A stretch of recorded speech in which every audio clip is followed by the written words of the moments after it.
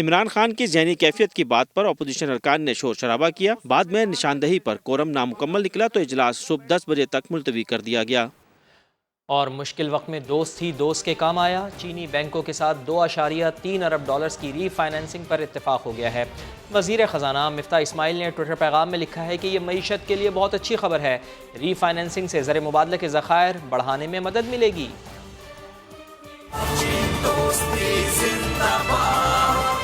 دوست وہ جو مشکل میں کام آئے. چینی بینک پاکستانی خزانے میں 2.3 ارب ڈالر کی خطیر رقم دوبارہ جمع کرائیں گے. وزیر خزانہ مفتاح اسماعیل کہتے ہیں ملک کی معیشت کے لیے یہ ایک اچھی خبر ہے. ٹویٹر پیغام میں انہوں نے بتایا کہ شرائط و ضوابط طے ہو چکی ہیں. معمول کی منظوری کے بعد رقم پاکستانی خزانے میں آ جائے گی جس سے ملکی زر مبادلہ کے ذخائر بڑھانے میں مدد ملے گی. دوسری جانب مالی سال کے پہلے 11 ماہ میں تجارتی خسارہ 58% اضافے سے 43 ارب 33 کروڑ ڈالر سے تجاوز کر گیا. عام خبر سے آپ کو آگاہ کریں. آپ کو بتائیں کہ حکومت نے پیٹرول کی قیمت میں اضافہ کر دیا ہے. پیٹرول کی نئی قیمت 209 روپے 86 پیسے ہو گئی ہے. بالکل ایک بار پھر پیٹرول کی قیمت بڑھا دی گئی ہے. پہلے پیٹرول کی قیمت میں ایک ساتھ 30 روپے اضافہ کیا گیا اور اب ایک بار پھر پیٹرول کی قیمت میں تقریباً 30 روپے کے قریب ہی اضافہ کیا گیا ہے. تو 209 روپے 86 پیسے پیٹرول کی قیمت ہو گئی ہے. وزیر خزانہ مفتاح اسماعیل نے اس کا اعلان کیا ہے اور ڈیزل کی قیمت بھی بڑھائی گئی ہے. ڈیزل کی قیمت بھی 204 روپے سے تجاوز کر گئی ہے. اس وقت وہ نیوز کانفرنس کر رہے ہیں, آپ کو سنواتے ہیں. کریں گے تو غریب لوگوں کو وہاں پر کم از کم ہم مہنگائی سے روکیں گے. چینی آپ کو 70 روپے کی اور آٹا 40 روپے کلو ملے گا یوٹیلیٹی اسٹورز کارپوریشن سے. اس کے علاوہ صوبے چاہیں میرے خیال سے پنجاب جو ہے وہ 45 روپے میں شاید آٹا بیچ رہا ہے صوبے کے اندر. باقی صوبوں کا مجھے نہیں اتنا ایگزیکٹلی پتہ. اب میں انکریج کروں گا تمام چیف منسٹر صاحبان کو کہ وہ بھی اپنی صوبوں کے اندر یہ سبسڈی دیں. ہم اس وقت یوٹیلیٹی اسٹورز کارپوریشن میں تیل کے اوپر خوردنی کھانے پینے کے تیل کے اوپر بھی 100 روپے, گھی کے اوپر 100 روپے کلو سبسڈی دے رہے ہیں اور چاول اور دال پہ بھی سبسڈی دے رہے ہیں, کوئی شاید 15 روپے کی غالباً. تو یہ سبسڈی چاول اور دال کی بھی کچھ عرصے تک چلے گی. یہ سبسڈی گھی کی بھی انشاءاللہ کچھ عرصے تک چلے گی.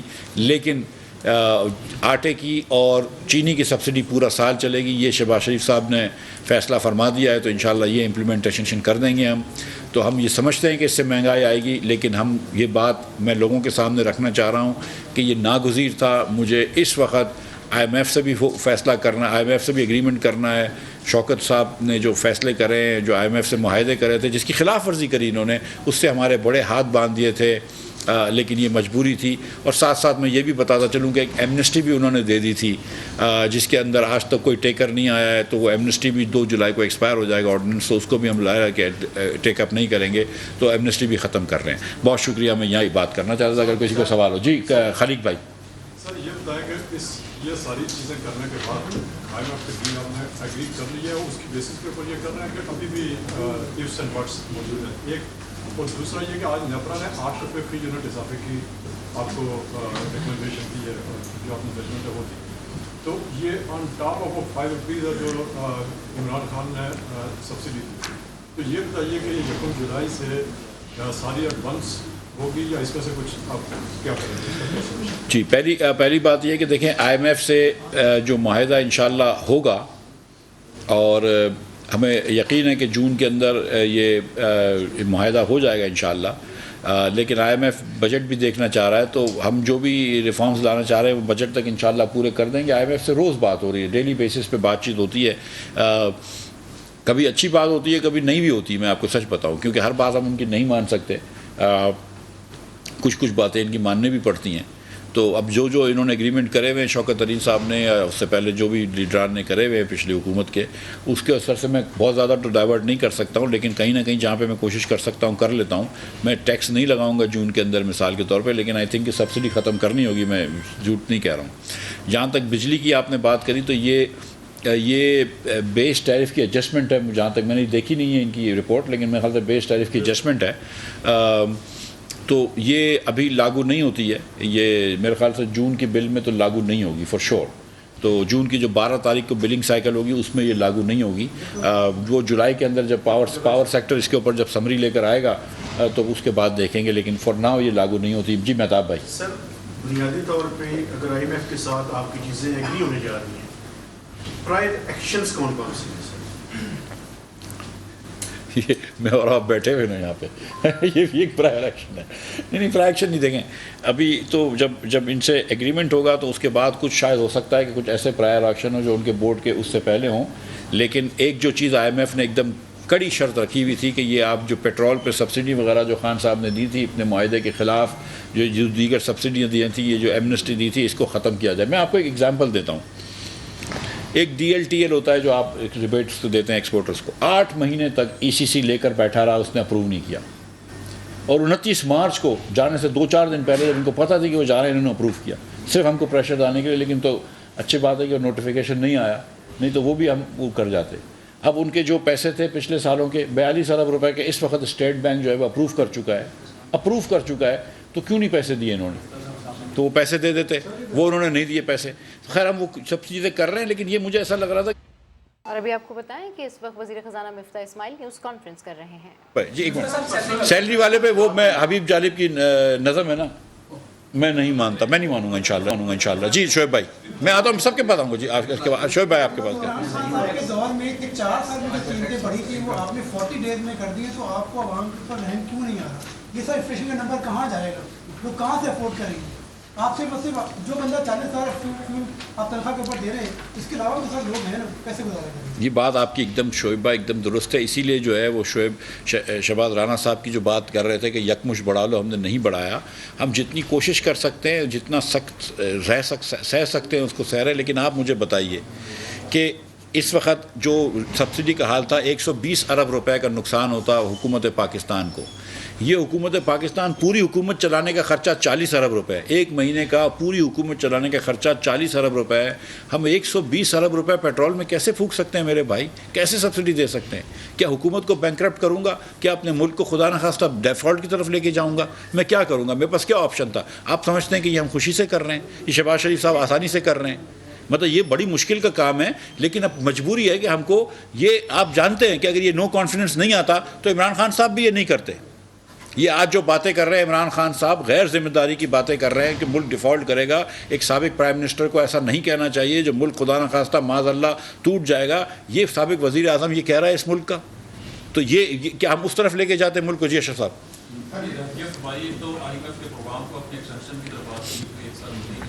جی جی ایک جی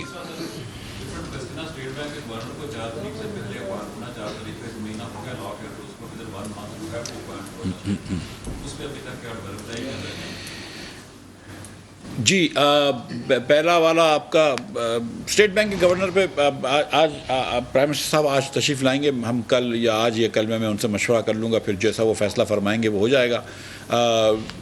پہلا آپ کا سوال تھا جی ایکسٹینشن پروگرام کی. ہم نے وہ ان سے گزارش کری ہے, آئی ایم ایف سے بات کری ہے, وہ ان پہ انفیکٹ بڑی سہمت ہیں, بڑے خوش ہیں. لیکن وہ جو پروگرام کے اگریمنٹ ہوگا تو اس پہ وہ آ جائے گا. میں نے $2 ارب کی ایکسٹینشن بھی کہی ہے. میں نے کہا یہ تو ہونا چاہیے, اور اس لیے ہونا چاہیے کہ نیکسٹ ایئر بھی ہم آئی ایم ایف کو بھی قسطیں دے رہے ہوں گے واپس کرنے کی, جو پرانے لون تھے. اور اگر ہم next year I M F قسط ہم کو نہیں دے رہا ہوگا اور ہم دے رہے ہوں گے, تو پروگرام میں یہ کیسے ہو سکتا ہے کہ ہم پروگرام میں بھی ہوں آئی ایم ایف کے, اور ہم آئی ایم ایف کو پیسے دے رہے ہوں.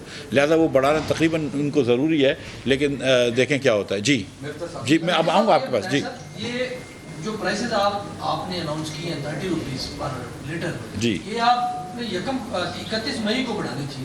تو یہ 2 دن کا گیپ دے کے کیا آپ عوام کو گمراہ کرنا چاہ رہے ہیں؟ نمبر 1. دوسری بات یہ ہے سر کہ آپ کو باہر بیٹھے ہوئے نظر آ رہی تھی کہ یہ ساری چیزیں وہ کر رہے ہیں, مہنگائی کر رہے ہیں. آپ گورنمنٹ میں آتے ہی آپ نے یہ سارا برڈن عوام پہ ڈال دیا. عمران کو چھوڑے, سابق گورنمنٹ کو چھوڑے, آپ پبلک کا سوچے نا. آپ گورنمنٹ کے جو اخراجات ہیں وہ کیوں نہیں کم کرتے؟ آپ ان پر برڈن کیوں ڈال رہے ہیں؟ میں یہ بڑا اچھا آپ کے بڑی اچھی بات ہے آپ نے کی ہے. اور ایک دن میرے کسی جاننے والے نے بھی, عزیز نے بھی مجھے ایک میسج بھیجا تھا کہ آپ حکومت کے نان سیلریڈ ایکسپینڈیچرز میں 10% کمی کر لیں. تو میں آپ کو یہی گزارش کرنا چاہتا ہوں, آپ میری بات کو ذرا سا غور سے سنیں, کہ پوری حکومت جو ہے نا وہ 40 ارب پہ چلتی ہے ایک مہینے کے, پوری حکومت. تو خرچہ اگر نان سیلریڈ ایکسپینڈیچرز کو میں 10% کم کرتا ہوں تو 2 ارب روپے مہینے کے بچا لوں گا.